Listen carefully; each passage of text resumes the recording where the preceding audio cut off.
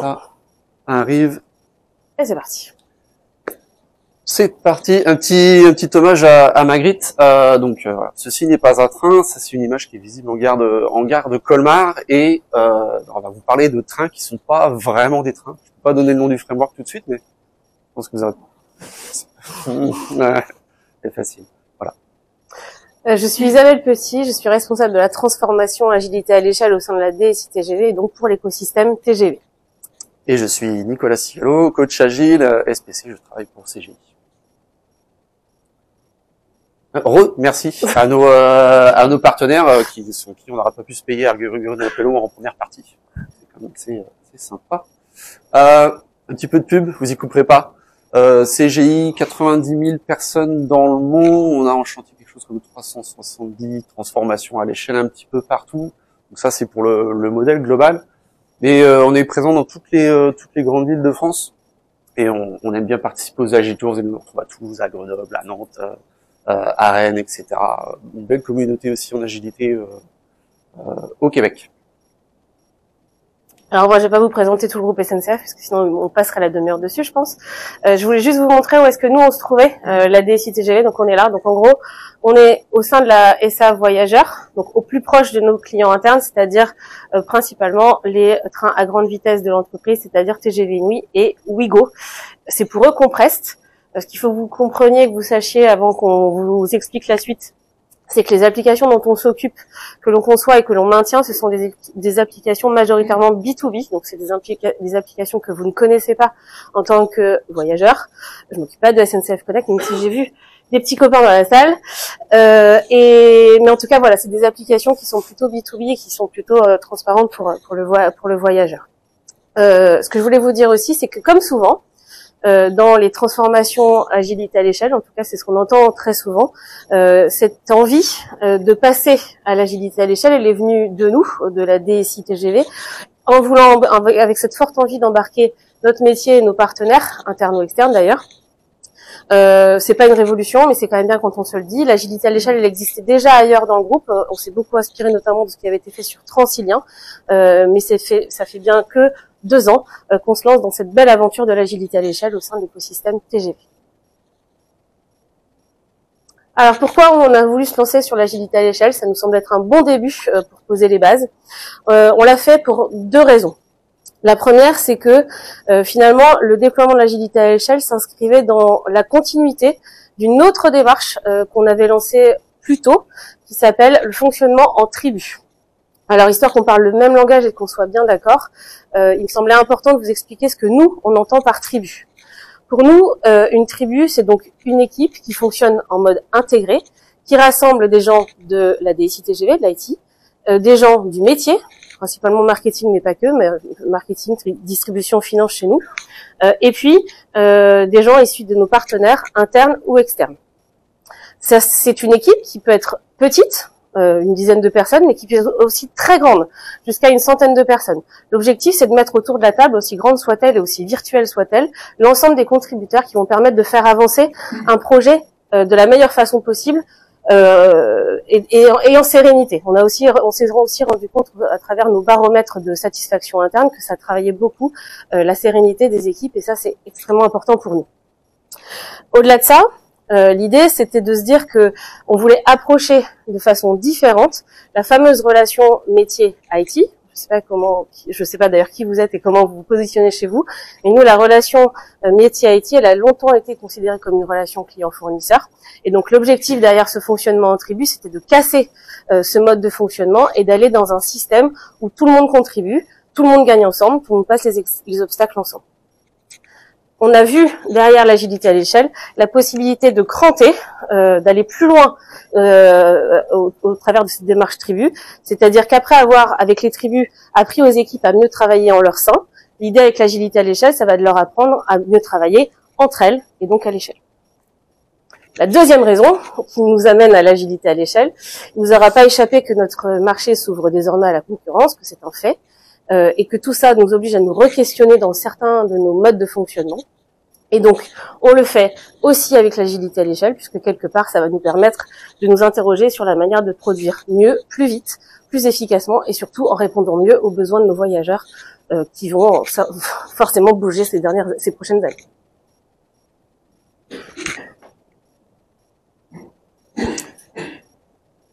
Pour déployer cette agilité à l'échelle, voilà, on va pas tout réinventer, on va s'appuyer sur des modèles. Suspense, le choix se porte sur, vous l'avez deviné. Alors l'idée, bien sûr, hein, c'est d'utiliser ça comme d'une boîte à outils. Il y avait eu plusieurs expérimentations et des équipes qui ont fait du Nexus là, les équipes dont parlait Isabelle, qui étaient plus d'une centaine, il y a différents modèles qui avaient été essayés. Là, c'est celui qui semblait répondre le mieux. Puis l'idée, c'est ça, c'est d'utiliser comme une boîte à outils. On prend ce dont on a besoin, on prend ce qui nous semble faire du sens. On va l'adapter à notre contexte, mais on va aussi se dire que si on oublie certains morceaux importants, si on oublie certains principes, on n'aura pas forcément les bénéfices associés. Donc, il peut y avoir une certaine limite à l'adaptation que peut-être l'organisation voudrait faire. Donc là, on a voulu modéliser, au moment où ça a été décidé, c'était du CF5, maintenant c'est du 6, mais bon, les principes sont les mêmes. Mais c'était vraiment de représenter cette couche d'exécution. Donc là, on est sur les équipes, sur les parties, sur les rouges et la verte avec les tribus, la coordination d'entreprise, la partie gouvernance, budgétisation, comment les projets aussi arrivent dans l'organisation. Ça, c'était des éléments qui étaient aussi à reprendre. Maintenant, on a un modèle, mais il y a quand même des challenges par rapport à ce modèle, puisque on a une diversité des équipes. On l'a dit, les équipes gèrent des assets, les assets rendent des services, et ces assets-là, des fois, vous allez avoir une personne qui va peut-être en gérer 3, puis vous allez avoir un asset vous allez avoir 100 personnes qui vont contribuer. Ils n'ont pas les mêmes technologies non plus. Les équipes qui s'occupent de certains des bornes de distribution de billets, par exemple en gare, hein, quand ils font 2 mètres par an, ils estiment que c'est un succès. Il y en a d'autres sur leurs applications mobiles, toutes les 2 semaines, ça part en prod. Tous ces gens-là, va falloir les faire collaborer. L'état d'esprit, la culture aussi. On a des équipes qui sont plutôt lutte anti-fraude, ça rigole pas. On en a d'autres qui sont marketing. Donc on n'a pas du tout la même culture. On n'a pas la même maturité aussi par rapport à l'agilité. Donc il va falloir les faire collaborer. Le nombre de décideurs sur le backlog d'un train. Ils sont pas habitués à décider ensemble. Ils se voient pas. Isabelle l'a dit, ils sont pas forcément dans les mêmes endroits dans l'organisation. Ils se croisent pas.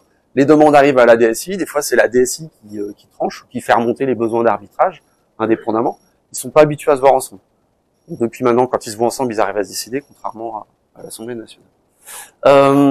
Les projets aussi monolithiques qui arrivent. Alors des fois c'est des gros projets, des fois c'est des petits projets, mais ils sont jamais découpés par la valeur. On a parlé de time to market là. Ce qu'il faut savoir, c'est que quand le projet arrive à la DSI, des fois ça fait peut-être un an et demi qu'il est dans les tuyaux. Les gens ont travaillé leur cahier des charges, ils ont pas envie. On vient de leur dire non mais peut-être t'es sûr que ça t'en as besoin. Non, faut tout faire. C'est un gros bloc. Donc on a ces défis là. Donc il va falloir les relever. Et pour les relever, on va faire partir un train, mais la question c'est comment les composer. C'est toute une discussion, comment on va équilibrer les personnes. À la DSI, là, si on devait mettre tout dans un même train, on aurait plus de 300 personnes. Ça commence à devenir compliqué à organiser, puis ça peut faire du sens de les séparer. Une petite question pour vous. Après moi j'ai ma réponse, hein, c'est un petit peu éditorial, mais une fois qu'on a identifié un train, c'est quoi le premier truc à faire? J'ai ma réponse. Je sais pas si quelqu'un veut se lancer. Sinon, je vais donner ma réponse. Non. Moi, c'est d'annoncer la date du lancement, du PI planning, de la cérémonie. Comme ça, on brûle la façon de retourner en arrière. Et une fois qu'on a décidé cette date-là, on a l'intelligence avec tout le monde, ça permet d'avancer, ça donne une deadline, ça fait des choix, ça force un petit peu ça force même beaucoup les décisions. Donc, l'idée, c'est de se dire comment on va composer ces trains-là. Là, je vous donne le résultat final tel qu'il est déployé, communiqué au sein de la DSI actuellement. Ça s'est pas fait tout seul. Il y a eu plusieurs scénarios qui ont été utilisés, dont des scénarios de reproduire les business units dans la DSI. Donc d'avoir marketing, finance, socle technique. Bon, ça c'est pas forcément la bonne réponse, surtout pas au sens de safe en plus. Mais c'est surtout qu'on va reproduire des silos. Ok, on va faire fonctionner les BU par train, on va les synchroniser un certain temps, mais voilà, la valeur, elle n'est pas uniquement dans le marketing, elle n'est pas uniquement dans les socles techniques. Donc, il y a eu aussi par domaine fonctionnel, par rapport au schéma d'architecture, etc. Donc, il y a plein de choses qui sont passées à la moulinette. Et au final, c'est ça. On part du parcours utilisateur, on a une envie de voyager, donc on a tout ce qui est avant-voyage, comme disons création de l'offre de transport, distribution, vente, achat des billets, etc. Le voyage, embarqué, en passant, embarqué, on en parlait, là, tout le monde n'est pas dans la même SA. Embarqué, c'est le passage de portique. Les portiques dépendent d'une ESA qui est Gare et Connexion, donc voilà, on voit le réseau qu'on va devoir créer avec tous ces gens-là pour tout le flux du voyage et puis l'après-voyage. Après, on le présente comme ça, c'est pas aussi simple, c'est pas aussi linéaire. Et puis, Jürgen l'a dit tout à l'heure, là, le flow, c'est pas aussi simple.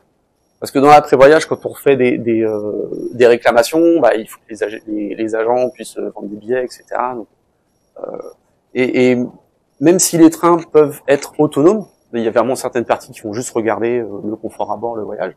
À un moment donné, quand il y a une nouvelle offre qui arrive, qui doit être déployée, on peut pas juste d'abord vendre les billets, puis on s'occupera de les contrôler après. Bon, c'est sur les 3 trains, là, il faut qu'il y ait une synchro, etc. Donc, il y a plein de choses dans ce flow. Et la question, une fois qu'on a identifié ce flow, c'est quel train on va faire démarrer. Il faut pas qu'il soit trop petit, sinon peut-être que l'expérience sera pas significative. Il faut pas qu'il soit trop gros non plus, sinon ça va faire trop de changements, trop de monde, ça peut être compliqué. Il faut identifier les bons niveaux de maturité. Aussi, idéalement, on va prendre des gens qui sont déjà à l'aise dans leur tribu, ce sera plus facile pour collaborer entre eux, etc.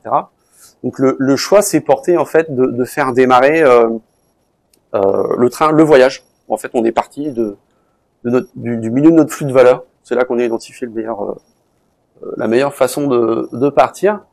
Et puis là, un petit rappel, comment on compose ce réseau d'acteurs. Parce que tout le monde est réparti partout dans l'organisation SNCF. Là. On a des tribus aussi. Il faut identifier leur niveau de contribution. Toutes les tribus vont pas contribuer de la même façon dans les trains. On l'a vu, elles sont assez hétérogènes. Et puis les projets, les programmes aussi, parce que ce sont toujours eux qui viennent impacter la chaîne de développement, les acteurs du réseau avec des besoins qui viennent de différents endroits. Puis c'est ça, quand on parle de projet, ça va être 300 jours, ça va être 4000, 5000, enfin je sais pas, des projets qui s'étalent sur plusieurs années, etc., etc.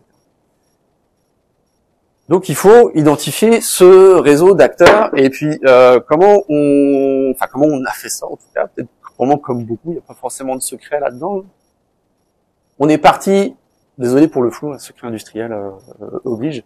Là, vous voyez les gros carrés, là c'est ce que je vous disais, c'est le schéma d'urbanisme en fait, c'est rapproché par fonction, donc on va retrouver la finance, le marketing, la création des lots de transport, etc. Donc on part de cette cartographie des assets, quelque chose de technologique là, qui est vraiment ancré dans la réalité. On rajoute une couche de sachant, donc urbaniste. Je remercie Clotilde d'ailleurs au passage si elle voit la vidéo pour son aide, sa patience. Et puis on arrive avec une liste d'assets qui sont pertinents par rapport à ce bout de train, le voyage là qu'on veut démarrer. Et puis là c'est le téléphone, enfin plutôt Teams. Et puis c'est des enquêtes, c'est des questions. Puis il fait quoi ton asset, comment tu travailles, c'est quoi ton backlog, c'est quoi ton rythme de livraison, et puis l'identification de ce que nous on a appelé un niveau d'implication dans le train. Donc il y en a 3. Le niveau d'implication fort, il faut que tu sois là. On va démarrer un PI planning. C'est peut-être que toi, t'as peut-être pas d'informations à retirer des autres, mais les autres, ils ont besoin de toi pour prendre des informations, tes clés. Donc ça, c'est le niveau d'implication fort. Il y a le niveau d'implication moyen. Écoute, tu vas recevoir les invitations au PI planning, tu vas voir dans le backlog, on va le communiquer. Et puis, tu vas peut-être pouvoir décider toi-même si tu viens. Si tu viens peut-être tout seul, on va peut-être juste avoir le PO qui va venir en PI planning. Si tu viens avec une délégation, une équipe, parce qu'il y a des soucis techniques à discuter dans les PI, etc. Donc, mais tu fais partie du réseau, tu fais partie de l'écosystème. Et puis, le dernier, c'est le niveau d'implication réduit. Donc là, c'est ceux qui, parce qu'ils doivent bien être rattachés administrativement quelque part, sont dans l'écosystème du SI, mais ils n'ont pas du tout d'interaction. Je pense à un système en particulier là, qui gère les mitigations entre les voyageurs et puis la SNCF. Ils veulent pas du tout être là pour pas prendre de parties, etc. Mais il faut bien qu'ils soient rattachés quelque part à l'organisation. Donc eux, ils ont même pas les rendez-vous, voilà. Mais on les a identifiés, ils sont quelque part dans le réseau, mais ils sont en mode interaction réduit. Pareil pour les projets qui sont encore loin dans le temps, et les projets qui sont là, il faut les traiter, etc. Donc c'est une enquête. Et puis on crée ce réseau qui du coup crée une base de données unique à la SNCF, parce que sinon c'est que des listes de diffusion par hiérarchie. Donc là, on a une liste de personnes. Comment on fait pour faire des changements sur le SI TGV? C'est cette base de données là de personnes. Une fois qu'on a ça, ben, le train, faut bien le démarrer. Et puis là, on va essayer de régler la problématique de l'hétérogénéité des tribus avec de la formation. Et puis bah, là, c'est moi, là, clairement. Hein. Death by PowerPoint, là, des 2 heures et demie de formation très inspirée Leading Safe à des managers avec des niveaux de maturité différents. Donc tout le monde est très poli avec moi. Oui, intéressant. Mais clairement, je sais pas ce qu'ils en ont ressorti. Ils ont vu qu'il y avait quelque chose qui allait se passer, mais concrètement, dans les PI planning, dans les cérémonies auxquelles on va les inviter, ça manquait clairement de concret. Même chose pour les chefs de projet, etc. Non, je ne vais pas avancer les slides. Je vais avancer dans le temps, puis je vais vous parler de quand on a fait la conduite du changement, quand on a lancé le deuxième train. Le deuxième train qui a été lancé, c'est l'après-voyage. Là, on a révisé et en fait, on a proposé des sessions de simulation de PI planning pour aider les gens qui allaient embarquer dans ces cérémonies-là, justement, de voir qu'est-ce qui se passe. Même si c'était des cas de simulation, mais c'est quoi la dynamique, c'est quoi la mécanique, c'est ce qu'on attend de moi. Ça leur permettait aussi de figurer, ok, les éléments que je mets sur le mur, ils ont quoi comme taille par rapport à mon quotidien, etc. Donc ça, c'était quand même, c'est quand même mieux, c'est même aussi plus sympa pour le formateur, clairement. Et troisième train, donc on avait des équipes qui avaient déjà aussi des habitudes d'agilité à l'échelle dans ce train-là. Troisième train, on a parfait les simulations. Ce qu'on a fait, c'est des chats info de 30 minutes. Donc on a proposé plein de sessions dans une semaine avec des thématiques. Voilà, ça va être on va bosser sur le backlog. Là, il va y avoir le PI planning, c'était à destination des managers ou des gens qui allaient embarquer dans les équipes, etc. Des 30 minutes, des fois c'est même plus court que ça, avec des points précis, call to action, comme ok, là, il faudrait que tu prépares ci, là, il faut que tu fasses ça, là, tel atelier, il y a telle invitation qui arrive, fais attention, etc. Et là, ça a permis vraiment de plus personnaliser la conduite du changement. Là, on arrive au premier train, premier PI planning. Je vous parlais un petit peu de la logistique. Donc là, on est on est au mois de juin 2023, si ma mémoire est bonne. On a étudié ça en soufflerie avec nous-mêmes, le premier PI planning du premier train, à quoi ça va ressembler là. On a plein de cartes. Alors on a des cartes bleues, c'est features, les vertes c'est les études, parce qu'on avait décidé de modéliser les études, parce que ce sont les études qui alimentent les réalisations de demain. Puis on voulait voir c'était quoi la charge au niveau de la réalisation d'études. On a des cartes de jalons, on a des cartes de risque bien sûr, on a des cartes d'arbitrage. Les gens voulaient demander des arbitrages entre des réalisations. Bref, on a plein de cartes sur plein de choses.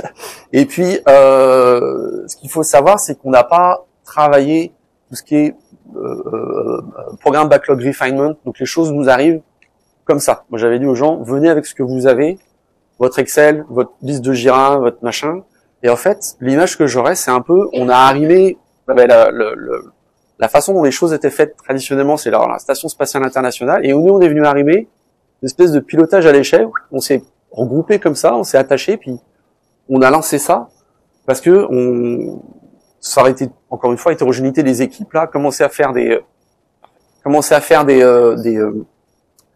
backlog refinement, voilà, sans pouvoir forcément l'affinité de l'exercice, là, ça n'aurait pas trop marché.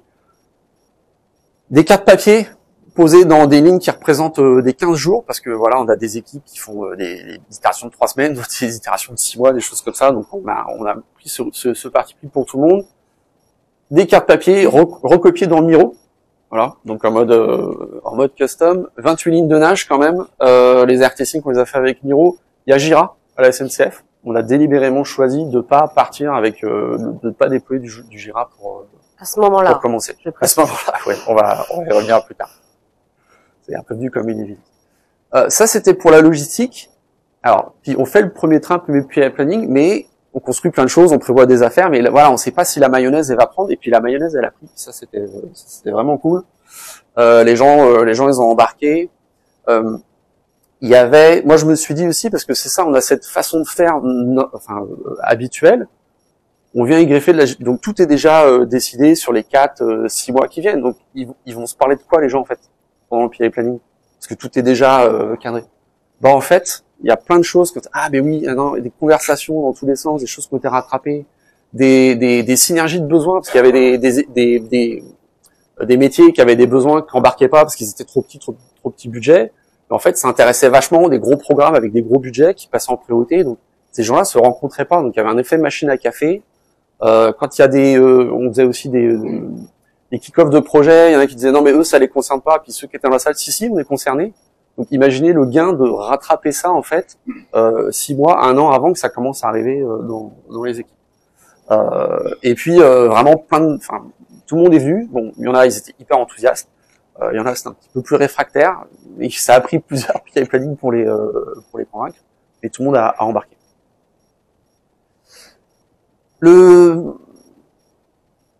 On n'avait pas de PI objectives, on a décidé de pas les implémenter trop compliqués, disparité des équipes, 28 lignes de nage, voilà. Mais on cherchait un moyen de comment on fait à la fin des ateliers d'équipe pour retransmettre ce qui a été discuté. Et en fait, c'était par les risques. La première fois, ça a bien marché, on a répété cette séquence-là, puis c'est peut-être celle qui a le moins évolué au fil des PI planning, parce que c'est le moment où on a vraiment les sponsors des trains, qui, je vous rappelle les métiers là, à l'Assemblée nationale. Les équipes amènent le risque, et puis là, il y a des gens qui décident tout de suite dans la salle, au lieu de se voir dans des réunions, puis que ça finisse plus de finir. Donc ça, c'était vraiment une belle séquence, un beau succès. Et voilà, les sponsors qui ont mis du temps à embarquer, une fois qu'ils l'ont fait une fois, là, en fait, ils ne pouvaient plus revenir en arrière. Et tout ça nous amène à janvier 2025, où on décide fort un peu du succès et des premiers ressentis positifs et encourageants qu'on a suite à ces 2 lancements, parce qu'on a lancé le train après voyage aussi entre-temps. On se dit, ok, on a envie d'aller plus loin, de changer de rythme, d'accélérer cette transformation et de la professionnaliser aussi. Donc on décide plusieurs choses. La première chose, c'est qu'on va créer une équipe dédiée qui s'appellera donc Diapason, c'est mon équipe aujourd'hui, qui rassemble en fait les RTE des 1 par train, hein, n'est-ce pas? On va aussi fortement renforcer le sponsoring. On va aller réexpliquer, on va aller recontacter l'ensemble des sponsors métiers, leur réexpliquer ce qu'est la démarche, pourquoi on a besoin d'eux, quel est leur rôle.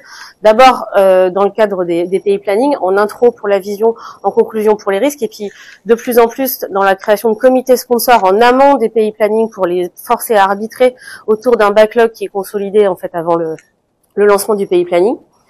Et puis, on va aussi utiliser les managers de proximité, les managers intermédiaires à la DSI TGV. J'ai entendu tout à l'heure aussi que le manager, il peut avoir un rôle discuté parfois. Chez nous, il a encore une place très importante, puisque même si on a créé une équipe dédiée, on ne reste que 4. Donc pour embarquer l'ensemble des acteurs utiles des 3 trains, ils sont à peu près 300, c'est quand même hyper utile de pouvoir nous appuyer sur ce pool de 30 managers de proximité, parce que du coup c'est des porte-voix pour nous très forts, très impactants, et qui permettent de réexpliquer, de redonner du sens, d'adapter à un contexte, un message qui peut paraître peut-être parfois un peu généraliste. Et puis enfin, on a fait beaucoup de communication interne pour expliquer la démarche, ce que c'est, pourquoi ça fait. Et en gros, on a essayé de mettre notre nom et notre ambition dans la bouche des autres. Et je vous avoue que ça fonctionne plutôt pas mal. On est très contents. Je vais par là. Ouais. D'autres sujets un peu de fond qu'on a mis en place sur ce dernier semestre et que je voulais vous partager, ça me semble important, c'est que on est venu finalement raccorder, si je puis me permettre le terme, le process Diapason à notre process de gestion de la demande, de gestion du portefeuille, qui s'appelle Émergence chez nous. Et donc l'idée, c'est pour en créer du coup un seul et même processus qui s'appelle donc Émergence to Diapason.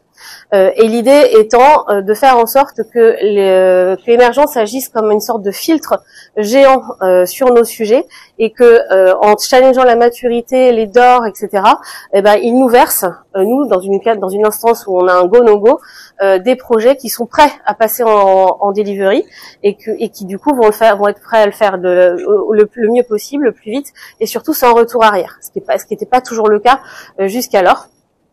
Puisque du coup avant ça c'était un peu le monde merveilleux des petits arrangements entre amis, de celui qui parle le premier, le plus fort, et ainsi de suite. Là on coupe un peu court à tout ça, et l'idée c'est ce qu'on va chercher, c'est des arguments objectifs de maturité des projets et surtout de valeur client. Le deuxième point, la deuxième grosse transformation qui était importante, c'est que professionnaliser la démarche et le changement, ça va passer forcément par la mise en place de KPI, le pilotage de ces derniers au travers d'un tableau de bord. C'était impossible avec Miro. Je vous passe le nombre d'heures que les RTE ont passé à compter le nombre de cartes sur Miro, c'est absolument très long, beaucoup trop long. Donc on a décidé de passer sur Jira lors des derniers pays planning qui ont eu lieu mi-juin. On l'a fait parce que on avait vraiment besoin de savoir en fait dans quoi notre démarche créait de la valeur, notamment autour du taux d'engagement bien sûr. Donc on l'a fait, on l'a beaucoup accompagné puisque on avait des équipes qui étaient très à l'aise avec une moitié d'équipes qui étaient très à l'aise avec Jira, notamment ceux qui gèrent les applications chez nous, et d'autres qui étaient peut-être moins à l'aise, notamment la partie chef de projet. Donc on a accompagné tout le monde avant, pendant et après le pays planning de juin pour que les choses se passent au mieux et que finalement la transition se passe presque trop facilement. Et aujourd'hui on est sur Jira, on aborde là nos prochains pays planning la semaine prochaine avec Jira et ça se passe vraiment très très bien. Ça apporte beaucoup de valeur aux équipes et du coup notre Jira devient un outil de pilotage aussi pour les projets qui eux fonctionnent encore indépendamment les uns des autres, mais du coup ça montre tout le sens qu'on a pu donner à tout ça.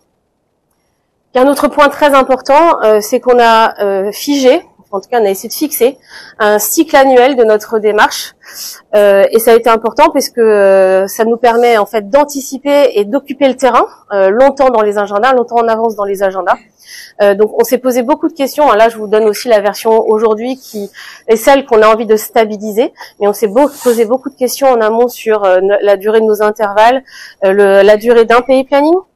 Nous, on a décidé que nos intervalles seraient de 4 mois. C'est ce qu'on arrivait à tenir en fait en étant bilocalisé. Nous, on est bilocalisé Nantes et Paris, et ne serait-ce que pour une histoire de vacances scolaires, c'était impossible de tenir tous les 3 mois. Donc on fait ça tous les 4 mois. On en fait 2 à Paris et 1 à Nantes parce que on veut être dans une logique de sponsoring des métiers qui sont à Paris. On veut être au plus proche des métiers et leur donner la meilleure occasion de venir et de participer à nos pays planning. Donc on fait 2 à Paris et 1 à Nantes. Et puis on a décidé, ça c'était certainement la plus longue des décisions à prendre, qu'on ferait des pays planning d'une seule journée, donc un par train, et on les enchaîne. On l'a fait progressivement. On a commencé par 1 journée et demie pour tous, et là on passe le dernier qu'on a lancé, donc l'avant-voyage, à 1 journée. Donc pour la première fois la semaine prochaine, on enchaîne 1 journée, les 3 pays planning à la suite sur 3 jours. On essaye d'avoir le maximum d'avance, c'est-à-dire qu'aujourd'hui dans les agendas, on a quasiment 3 pays planning d'avance. Donc l'objectif, c'est d'occuper le terrain, je vous le disais, et surtout que les différentes tribus puissent construire leur quotidien et leur opération autour de nous et pas sur les créneaux qui pourraient nous intéresser. Et c'est très apprécié, en fait. Du coup, c'est très apprécié. Alors c'est là où ça pourrait fonctionner. Normalement, on avait une petite vidéo de 2 minutes qui vous montre un peu l'ambiance et l'environnement. C'était lors des derniers pays planning, ceux de juin, ceux où on est passé du board physique à Jira. Alors, non. C'est pas là? Non. Hop, magie. Oh. C'est bon, c'est presque. C'est dans une logique de communication. On a lancé une newsletter, donc après chaque vague de pays planning, on fait une vidéo pour les équipes qu'on diffuse à tous. On me dit dans l'oreillette que j'ai pu vraiment très longtemps, donc je vais essayer de faire ça vite et je peux plus passer. Alors les premiers résultats, je crois que c'est les résultats. Non, j'ai plus de souris. Appuie, c'est bon. Non. Hop, voilà. Ouais, les premiers résultats à date. Donc du coup, ça fait donc 2 ans qu'on s'est lancé dans la démarche d'agilité à l'échelle. On va commencer le 3e intervalle pour notre dernier train. Ce qu'on constate déjà très rapidement et très simplement, c'est une progression sur notre taux d'engagement. On travaille beaucoup avec les équipes, on claim auprès des équipes. Une phrase très simple, c'est on dit ce qu'on fait, on fait ce qu'on dit. Pour redonner en fait de la valeur à leur engagement, pour avoir un engagement en transparence, en confiance, et puis se donner la possibilité, quand les choses changent, de réajuster et de faire repasser des sujets qu'on n'aurait peut-être pas priorisés au départ, mais qui finalement le sont plus que d'autres. Donc vraiment une fiabilité croissante des engagements qui est notre premier KPI suivi aujourd'hui. Et puis la deuxième chose très importante, toujours dans cette continuité de fonctionnement en tribu dont je vous parlais au départ, les relations IT et métiers ne font que se bonifier, se fluidifier avec cette démarche d'agilité à l'échelle. On a désormais tous nos sponsors, notamment métiers, qui ont compris en quoi cette démarche pouvait leur être utile et qui sont montés à bord. Et on n'a même plus besoin de les forcer à venir. On est même plutôt en train d'être dans une logique de présence. Vous venez que si vous avez quelque chose à prendre ou à donner en pays planning, mais pas juste pour voir comment ça se passe et quel est l'engagement des 4 prochains mois. Tu peux avancer là, tu crois? Oui. Ok. Pour la suite, donc on a forcément, on est sur le chemin, on est bien embarqué, mais c'est pas fini, loin de là. Donc on a quelques chantiers que je vous partage là qui sont nos sujets de réflexion pour la suite. Donc on va continuer grâce à Agira et à toute la data qu'on récupère dedans, d'avoir une maîtrise assez fine de notre delivery pour comprendre comment ça se passe, où est-ce que ça se passe, où ça bloque pas, comment on aurait pu faire différemment, où est-ce qu'on fait bien aussi, accessoirement. On travaille beaucoup sur le sujet des backlogs de trains priorisés à la bonne maille. Le découpage de nos sujets, il est clé. On travaille vraiment avec toute l'équipe d'urbanistes et d'étudiants de l'entreprise pour que nos sujets ils nous arrivent de la façon la plus digérée possible et orientés utilisateurs, surtout, pour que finalement ils soient prêts à être pris auprès de Diapason et qui puissent être délivrés dans les périodes de 4 mois. Ça, c'est notre rêve. On n'y est pas encore, mais petit à petit, on arrive à les faire rentrer dans quelque chose d'adapté. Et puis les trains priorisés, donc je vous le disais, on a lancé des comités sponsors où aujourd'hui on partage le backlog avec nos sponsors 3 semaines avant les pays planning et on leur demande un ordonnancement de 1 à X pour que s'il y a contention ou arbitrage à faire par les équipes pour les pays planning, et ben ils les prennent dans l'ordre de l'ordonnancement qui a été validé par l'ensemble des métiers, de l'ensemble des directions. Enfin, au départ, on a testé beaucoup de choses. On est venu se rajouter, comme tu le disais, sur un fonctionnement existant qui était certainement perfectible, mais qui avait au moins le mérite de tourner et de délivrer. Donc, l'idée, c'est qu'aujourd'hui, on vienne s'intégrer plus finement et plus définitivement dans nos modes de fonctionnement. Le premier sujet très visible et concret qu'on attaque, c'est la comitologie. Parce que je sais pas comment c'est dans vos environnements, mais nous on fait beaucoup de réunions et pendant longtemps Diapason est venu rajouter ses instances sur une comitologie projet déjà bien dense et donc l'idée c'est qu'aujourd'hui on se challenge en vrai sur comment aller vers une comitologie efficiente où tout le monde trouve sa place, où on met la comitologie à l'échelle, donc Diapason au cœur, et on vient compléter ça avec une comitologie projet / asset si elle est nécessaire, si on a des points durs à craquer et pas juste parce que elle est récurrente dans l'agenda et qu'on a l'habitude de se voir. Et puis enfin, on a nous aussi l'amélioration continue, un peu comme philosophie ou dans l'ADN, je sais pas comme vous voulez. En tout cas, on se nourrit beaucoup des retours que nous avons, des trucs bien, des irritants, et on essaye au maximum d'avancer et de cranter. La proposition qu'on fait aujourd'hui à nos équipes de train, elle n'est pas complètement la même que celle d'il y a 4 mois. Elle est très différente de celle d'il y a 2 ans, et elle va continuer à se bonifier, à s'améliorer dans le temps. Et en conclusion, après tous ces intervalles passés autour de ces trains, ce qu'on se dit au sein de l'équipe, on se dit souvent que Diapason, c'est une démarche qui rend visible et que c'est bien en fait. Ça nous fait du bien. Elle rend visible à la fois toutes nos forces. Par exemple, l'engagement de nos collaborateurs, c'est pas nous qui l'avons inventé, l'engagement, il était là avant et c'est un vrai plus de l'avoir. Par contre, elle met aussi en exergue nos faiblesses, nos paradoxes parfois, la surcomitologie, la complexité de notre organisation. Et du coup, grâce à Diapason, en tout cas nous on décide que grâce à Diapason, c'est une occasion en fait de corriger un peu tout ça et de prendre chaque dysfonctionnement les uns après les autres, les petits, les gros, et de se dire comment ensemble on peut faire mieux demain collectivement. Donc voilà, je sais pas où est-ce que tout ça va nous emporter, nous amener. En tout cas, ce qui est sûr, c'est que je peux vous dire qu'aujourd'hui, nous on a décidé de pas faire marche arrière et d'aller au bout de cette aventure de l'agilité à l'échelle. Voilà, pour nous.